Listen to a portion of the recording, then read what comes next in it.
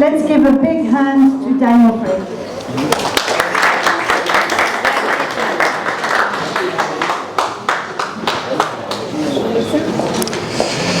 Good evening, ladies and gentlemen, friends and sister. When my sister called me 2 weeks ago or 10 days ago, she asked me if I wanted to join this event and present something. I said yes, and then give me a title. And then I gave her that title, which is about opportunity to rebrand, etc., etc.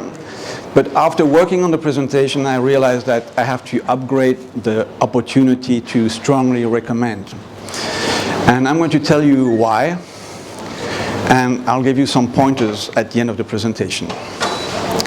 Now, before I get into the heart of the subject, I have to set the scene and tell you a little bit about how marketing, I'll turn this off. I need to tell you how marketing used to look like before COVID-19. So, a brand, there are so many definitions of a brand, but let's keep it simple. A brand is a promise. And what makes a successful brand? There are two elements. The first one is love, emotional affinity. The second one is innovation. And these two elements together have a compounded effect on the long-term success of any brand. This is what investors are looking for. Now, where do brands live? Brands live in consumers' minds. And the best way to stay available in consumers' mind is by innovating, by getting noticed. This worked for a long time. Marketeers have been doing this for the last decades or even more. In order to connect with the people, they used a well-blended mix of TV commercials, out-of-home, point-of-sales marketing, and sprinkling it with some digital all across the board. That's the way it was. The brand DNA was not really questioned, the channel strategy was not really questioned, and the communication messages were also not questioned so much. The only thing they had to focus on was, what is the next big thing we can tell the consumers? What is the next big product we can launch to get them excited in the category? That's all they had to do. But now came COVID-19, and all of a sudden, consumers are challenging this year-long relationship they have with their products, but not only with the product, with the brand, and the way they're seeking information too, and the way they're buying as well. So it's dramatic. They have to rethink everything. Now, what happened? First thing is online shopping. Most of you might think it's just another online or another sales channel. But let's break it down. Many people on this planet have been shopping online for the first time. When I say many, there's many statistics. In Brazil, it's 13 million. Visa in Thailand is saying 67% of first shoppers are coming online. Online shopping is not easy. I mean, unless you're Generation Z. You need to log into your account, set up all this information. You need to share your sacred credit card details, learn how to use the app, and eventually trust the supplier to ship the same product that was featured on the picture. So I think, for me, shopping online is a bit like kissing somebody for the first time, or kissing in first time. So it's a big deal. It's a big deal. You don't like to talk about it with your friends because they will realize you never kissed anyone. But once you did it, you realize it's not that great. But you're definitely very proud and you're going to talk about it to everyone. The same thing is happening with online. But the point I want to make here is not just about this channel. Many people have been shopping online for the first time, and COVID has accelerated this trend by 10 years. And the main thing is that it's the change in mindset that goes with it. When you're shopping online, it's not the same experience as shopping as in a traditional shop. The distractions at home are completely different. The competition is different. You may have your sexy wife walking in front of you, asking for something, and you will not buy the thing you were expecting. You might have line messages, the kids running around. So online is a big thing and is going to stay. The second major change is our homes.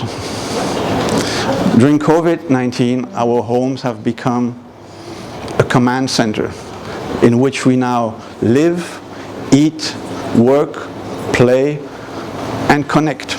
We had to learn to connect with the outer world, learn how to travel, how to talk with people without moving. Zoom, you all know this application. Users went from 10 million to 200 million in just a few months. Netflix, this is just to tell you that we're consuming actually much more media at home now, but not the traditional TV and not necessarily reading more newspapers. We're streaming more online, we're using more social media, and we're connecting people from our homes. Netflix went up 16 million users. Disney Plus went from nearly 0 to the same amount as Netflix, and it took them only a few months to realize what Netflix took 7 years to achieve. So these are very impressive numbers. To give you a local example, you all know the brand AA that does these papers. They have been expanding their network of fastprint.com, where people can go and print their work very closely to their homes. Third important change is the local communities. They have raised out of the ashes. They have become so much more present with community forums to inform us about what's going on. We had the rise of health group volunteers, which was supporting people who were sick or in need. These were great things that happened, and these are the things that we need to keep in mind. The community, local community.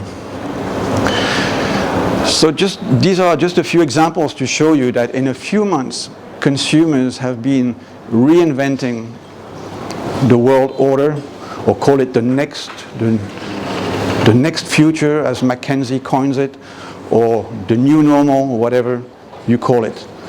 But things are changing. And how can we respond to this as marketeers? I cannot give you the total answer here on a silver plate, of course, but I can give you some pointers.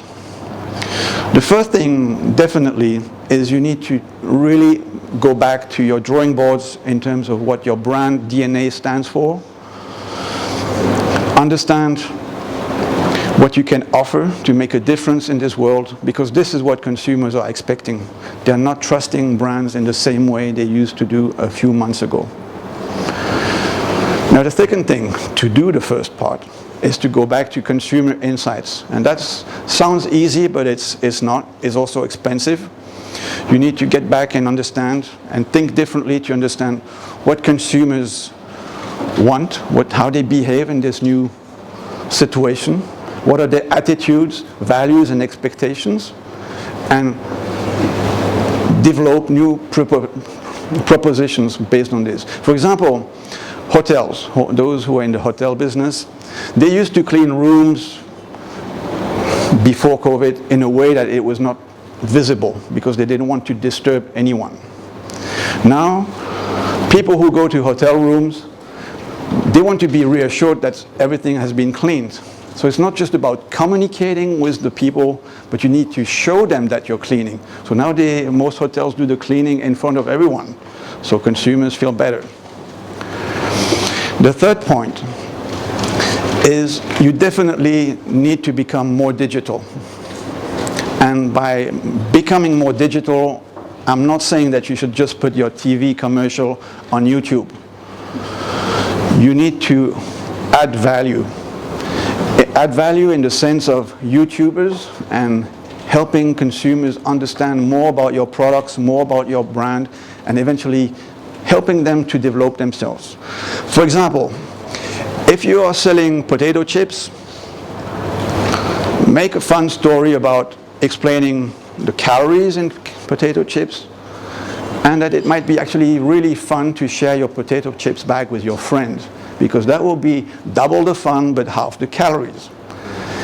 I'm not saying this is what you should do, but this is just an example to illustrate that you can educate and make fun stories with your products. Now, these are the pointers I wanted to share.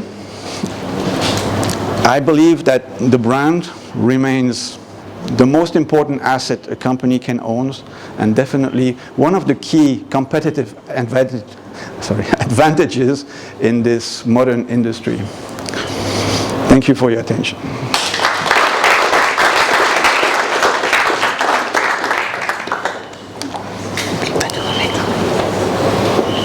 Thank you so much, Daniel.